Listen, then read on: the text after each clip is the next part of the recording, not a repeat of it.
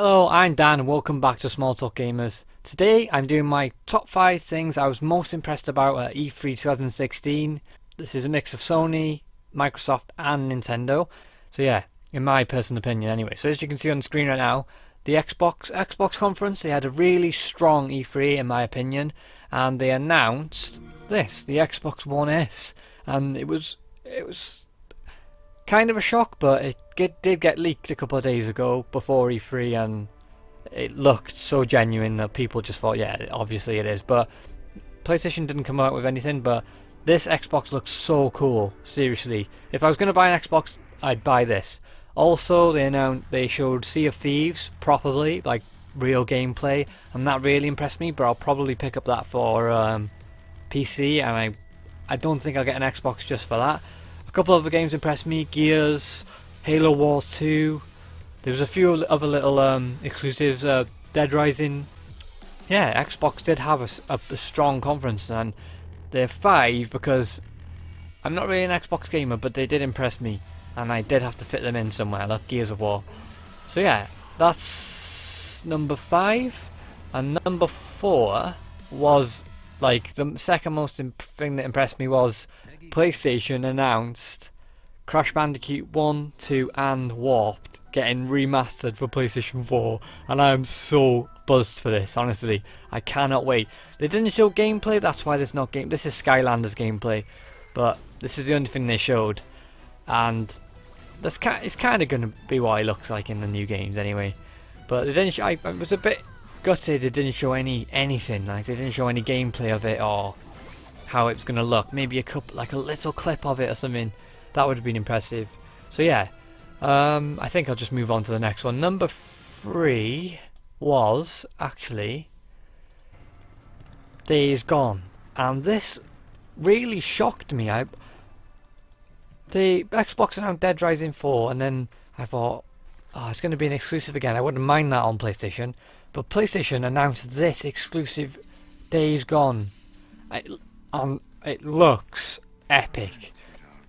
It looks a mix between Dead Rising and The Last of Us, and apparently it has a story, like a really gripping story like The Last of Us did. It has the gameplay of The Last of Us, and it has like the gameplay of Dead Rising and the hordes and the impact of Dead Rising, like the amount of zombies. I'm gonna skip this video up, and then you'll see. Here, look at this. I was just like, wow. I didn't even realise it was a zombie game when they first said it was like the first trailer. You don't even see any zombies in it. But this looks ridiculous. It reminds me of like World War Z. So yeah, this is going to be... I don't really want to get my hopes up for these sort of games because you never know what it's going to be like. I hope they have a really good story, and I hope that like the gunplay and gameplay is it has something to it that's like unique to the game. So yeah, let's move on to the next game. You've probably seen these trailers anyway. So yeah, the next game, and if you watch my channel, you will know. If you watch my channel, then you'll know that I love Battlefield, and I cannot wait for this game. This really, oh shit, AVG thing popping up. This really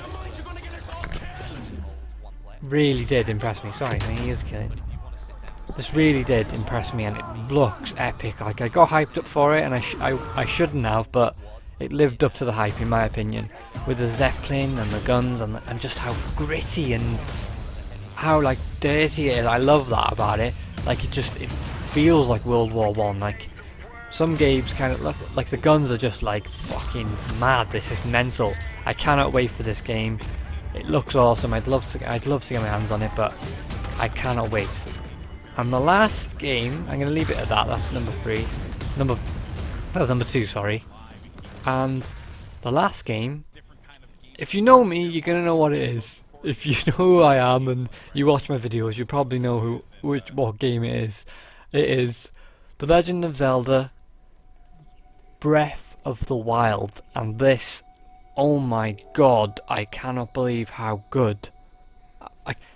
I have been excited for a game like this for a while. It just like blew me away. It just took me back. I was like, fuck. This is on the Wii U as well, and this is coming out for NX. So I cannot wait for this. I kinda hope it comes out this year so I can get my hands on it earlier, but in a way I think Nintendo will delay it for the NX so it launches on the NX as well as the Wii U, so it'll help the NX sales a bit, because if it does launch on the NX, and I'm planning to get an NX, I'll probably get it for that, because it's going to look a lot better, it's going to run a lot smoother. Just look at it! They've smashed this game. It's not like previous Zeldas. It's apparently getting it's taking ideas from like the very first Zelda game where you just dropped in and you got to work it out for yourself. I cannot wait for this game. Seriously, so this is my number one. Oh, I'd love to get my hands on this right now and just explore. I'm so doing streams of this. It just looks so good. Like how different it is compared to the other Zeldas, and I love the art style of it. It's so cool. It's like a mix between Skyward Sword and Wind Waker. It's kind of like Skyward Sword, the art style. But I love Skyward Sword art style. I love Skyward Sword, but this looks epic. So yeah, I'm gonna let this trailer finish. And yeah, that's been my top 5 things at E3 that I was impressed at E3. If you haven't got a Wii U, this is why you need to buy one. Because maybe you don't want to get an NX, and you might think, I might want to play that Zelda, but you can get a Wii U for next to nothing now. Well, not next to nothing, but you know what I mean.